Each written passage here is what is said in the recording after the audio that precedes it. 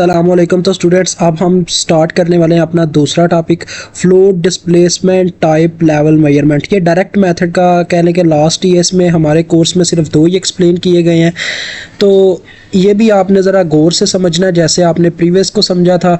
तो चले स्टार्ट करते हैं। तो स्टूडेंट्स, इसमें वो कहता है कि ये जो these measurements work on the principle of Archimedes, यानी कि ये आर्किमिडीज प्रिंसिपल पे वर्क करते हैं, अकॉर्डिंग टू विच यानी जिसके मुताबिक a body when placed in a liquid, जब एक बॉडी को किसी लिक्विड में रखा जाता है, प्लेस किया जाता है यानी कि पानी में फेंका जाता है, यही समझ लो यार, या वाटर में रखा जाता है, इस तरह से कह सकते हो, is buoyed up by a force equal to the weight of the displaced liquid and the, चलो यहाँ तक समझ लो। वो कहता है कि वो जो लिक्विड है ना, वो उस पे एक उसको ऊपर की तरफ धकेलता है एक फोर्स के साथ, जो कि लिक्विड के यानी कि जितने एरिया में उस बॉडी, जो बॉडी ने जितना एरिया घेरा है उसके बराबर की फोर्स वो उस पे लगाता है। ठीक है, अब इसकी मैं आपको शेप दिखाता हूँ जिससे आपको ना थोड़ा आइडिया होता है। ये देखो, ये वाटर था, ये जो आपको ब्लू में नज़र आ रहा है ये वाटर है। तो जो ही मैंने ये क्यूब टाइप सा एक बॉक्स है, इसको जब मैंने इसके अंदर रखा तो क्या हुआ जिसने देखे एक एरिया घेरा।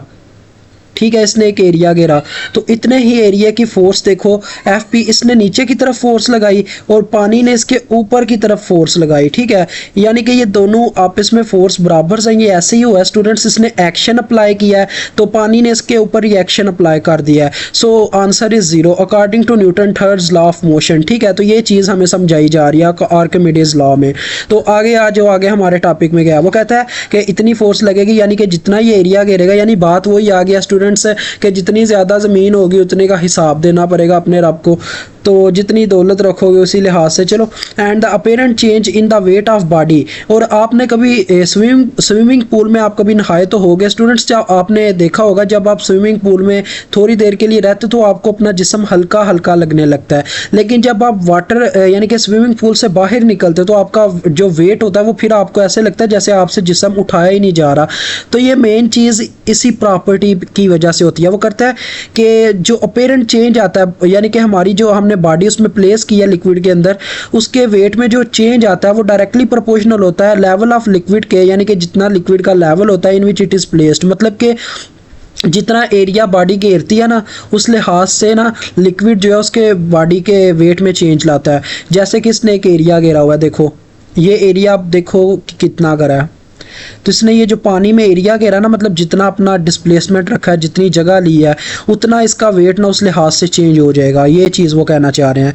सो this is the main definition of fluid displacement type principle. ठीक है, इसको एक्सप्लेन किया गया। उसके बाद वो हमें बताएगा कि इसके लिए क्या चीज़ हमारे पास फ़ायदेमंद हो सकती है। देखो, वो कहता है कि torque tube is the most commonly use device for this purpose, यानी कि इस एक्सपेरिमेंट को करने के लिए टार्क ट्यूब सबसे ज़्यादा इस्तेमाल होती है आम तौर पर। वो कहता है the displacer is attached to a torque tube assembly whose rotatory motion, यहाँ पे शायद ये यहाँ पे रोटेटरी होना चाहिए।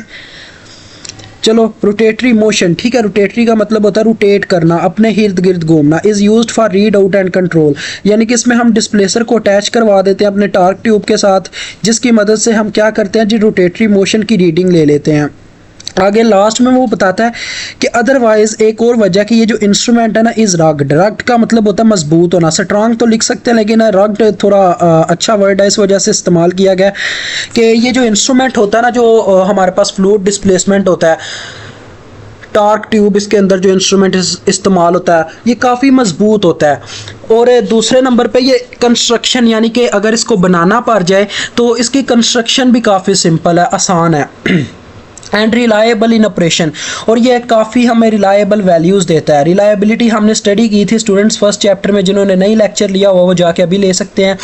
उसके बाद वो कहता है with the selection of suitable material, जब हम सूटेबल मटेरियल यानी कि अच्छे मटेरियल का इंतखाब कर लेते हैं for fluid cage and torque tube, यानी कि इन तीनों चीज़ों के लिए, तो फिर हमारे लिए पॉसिबल हो सकता है to use this instrument over a wide range of pressure and for many liquids, कि हम इस इंस्ट्रूमेंट को इस्तेमाल कर सकें एक बड़े प्रेशर को झेलने के लिए और कई दूसरे लिक्विड्स के लिए। ठीक है, तो चलो आओ नीचे चल कर आपको इसकी शेप दिखाता हूँ। ये देखो, ये इसकी शेप है, डिफरेंट शेप्स होती हैं इसकी, ज़्यादातर तो यही देखने को मिलती है। देखो ये हमारे पास है, ठीक है जी।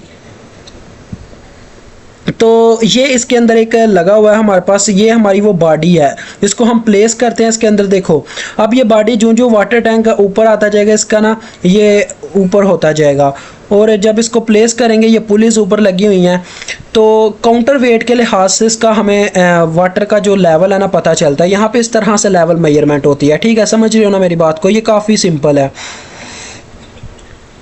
और इस तरह से भी आप कर सकते हैं, लेकिन ज़्यादा ऊपर वाला ये आपको आसान लगेगा। ये टॉर्क ट्यूब वाला डिस्प्लेसर वाला चक्कर है। तो अब हम इसके स्टडी करते हैं स्टूडेंट्स, एडवांटेजेस क्या है और डिसएडवांटेजेस क्या हैं। तो देखा रिलायबल का मतलब होता है एक्यूरेसी, तो देखो वो कहता है एडवांटेजेस ये हैं कि इसकी एक्यूरेसी बहुत ज़्यादा है, और दूसरे नंबर पे ये रिलायबल इन क्लीन लिक्विड्स, यानी कि हम लिक्विड, ये क्लीन लिक्विड जो साफ़ सुथरे हमारे पास लिक्विड होते हैं उसके लिए काफ़ी रिलायबल है। कैन बी माउंटेड इंटरनली और एक्सटर्नली। अब माउंटेड का क्या मतलब है, यानी कि external mounted unit can be disconnect from maintenance. आगे वो कहता है कि अडाप्टेबल, हम इसको माउंटेबल कर सकते हैं स्टूडेंट्स, इंटरनली तौर पे भी एक्सटर्नली तौर पे भी, ठीक है। वो कहता है आगे adaptable to liquid interface measurements, और ये अडाप्टेबल है कि हम लिक्विड इंटरफेस की मेजरमेंट्स कर सकें, यानी कि बात वही आगे इसका ये यूजेज है एक। आगे डिसएडवांटेजेस क्या है, वो कहता है कि लिमिटेड रेंज, इसकी लिमिटेड एक रेंज होगी, devices exceeding 1.2 metre in length और बल्कि एंड डिफ़िकल्ट टू बैलेंस, यानी कि अगर जो हमारे इसके अंदर डिवाइसेस इस्तेमाल होते हैं उनकी लेंथ 1.2 मीटर से ज़्यादा हुई तो वो बल्कि होंगे और उनको बैलेंस करना मुश्किल होगा। अब ये बल्कि का क्या मतलब है, तो बल्कि का मतलब होता है स्टूडेंट्स, बल्कि मीन्स स्टूडेंट्स लार्ज होते हैं, ये बड़े होते हैं, ठीक है। एंड डिफ़िकल्ट टू बैलेंस, यानी कि इनकी लेंथ अगर 1.2 मीटर से बढ़ जाए ना तो ये बड़े हो, ज़्यादा साइज़ इनका हो जाता है, बढ़ जाता है, लिहाजा इनको फिर बैलेंस करना हमारे लिए मुश्किल हो जाता है। Cost increase appreciably for externally mounted units as pressure rating increases. अगर हम प्रेशर की रेटिंग, यानी कि हम ज़्यादा हद तक प्रेशर को मेजर करना चाहते हैं तो उसके लिए हमें क्या करना पड़ेगा, एक्सटर्नली माउंटेड यूनिट्स को बढ़ाना पड़ेगा। माउंटेड यूनिट्स मतलब वो मेजरमेंट्स है जो हमारे स्केल पे पाई जाती हैं, तो लिहाजा उस चीज़ के लिए हमें काफ़ी चेंजेस करने पड़ेंगे जो हमारे लिए कॉस्टेबल हो सकता है, मतलब हमारी कॉस्ट ज़्यादा हो जाएगी। तो उसके बाद वो कहता है एक्सटर्नल यूनिट्स में रिक्वायर स्टीलिंग चैम्बर्स, कि जो एक्सटर्नल यूनिट्स होंगे उन्हें चैम्बर्स की ज़रूरत पड़ सकती है, तो ये इसका ड्रॉबैक है। आगे इनडायरेक्ट मेथड हम इंशाल्लाह नेक्स्ट लेक्चर में स्टडी करेंगे। अभी आपसे इजाज़त चाहता हूँ। अल्लाह हाफिज़, अस्सलामु अलैकुम।